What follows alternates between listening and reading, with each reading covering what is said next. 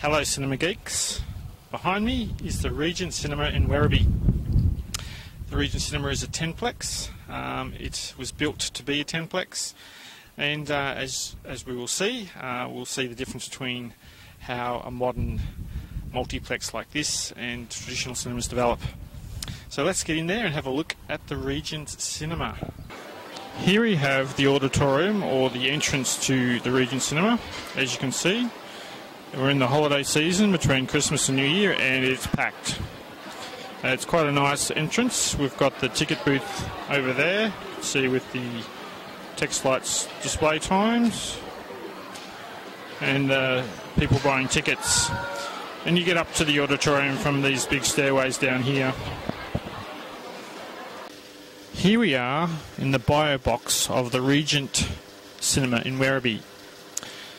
The Regent Cinema is a 10-plex, and unlike many of the videos seen on YouTube and other places on the web, as a 10-plex it is much more organised and has more modern and standardised equipment. For example, every projector in a 10-plex is the same model and Cinemecanica.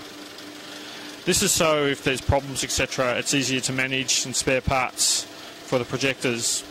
You'll also notice that this cinema has been built from the ground up to be a 10-plex, and we've got one very long bio box with 5 projectors on each side. Just zoom all the way down there, you can still see them going on and on. This is the big difference between older theatres, which have been upgraded, and theatres which are built from the ground up. It's very important, makes it a lot easier, as you can see, having a 10-plex, having all the projectors in the one room, so one projectionist can easily maintain and get to any theatre very quickly without a lot of fuss. The older theatres, of course, they've grown up and changed usually from big auditoriums in the old days and have been split up and cut up into small auditoriums. Small auditoriums are more the usual these days because it's easier to manage. You've got more variety. It's it's easier, you know, it's better for selling sick, etc., more applicable to more people.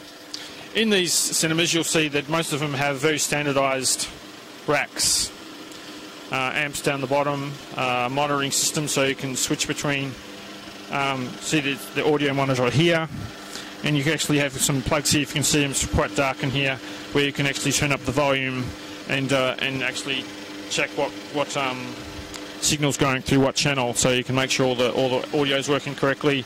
And then this is your Dolby unit, CP500, if we can see it there. Now it's on the flight, unfortunately.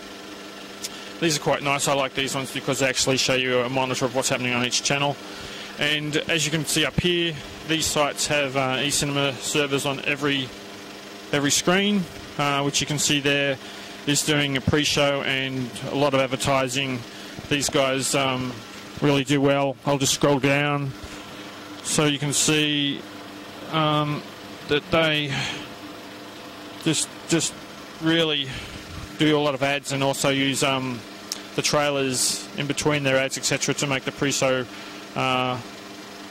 more entertaining and have ads and commercials all mixed together.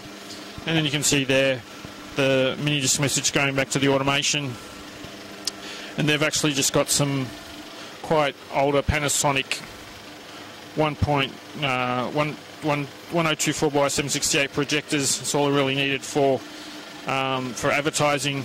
But they also have over here their Cinema 1, which is their larger screen. They actually upgraded this one for doing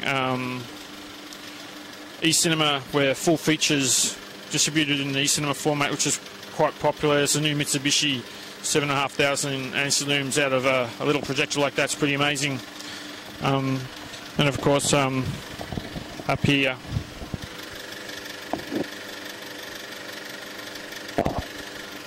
there's the pre-show. I've just been actually fixing this system because the dongle broke.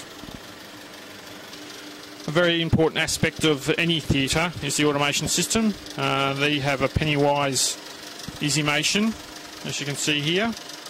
Very similar to, they're all quite similar to Penimation, Pennywise, etc. But in this case, this unit doesn't actually support serial control, so they have a little box here which converts contact closures into serial control, which is what's used in most automation systems to talk to the eCinema or slide or mini display, which is used for advertising in a modern theatre like I showed you. In this one, they have an eCinema system to do all their ads and also alternative content and art house pictures. Here you can actually see the eCinema box playing back its content for the pre-session with the little 1K Panasonic pushing it out there onto the screen. Just have a quick look, and there it goes. Every screen will have a board next to it like this. Basically that's the schedule for today. There we go. It's kicking off. The lamp just arced, and the projector's just starting up now. The pre-session is finished, and off that session goes. So there you go, and this is how they know what to thread at what time, etc. They basically look through there, because usually you could have 1 or 2 films on each one of these platters, sets of platters of 3, so you can basically have 2 films loaded and 1 film spools to the 3rd platter. I just want to show you this part of the wall here. Each theatre, as this one is over here, I'll just point to the Cinema 1 back of the rack there, as you can see. That has the automation controlling that theatre, of course. But occasionally, if something goes wrong, usually to one side of the main projection area, you'll have the manual controls. You can manually set the lights, etc. The automation usually tells this stuff to do all that sort of stuff, but if you need to, you can come over here and manually control everything. It's actually quite important to have manual control somewhere.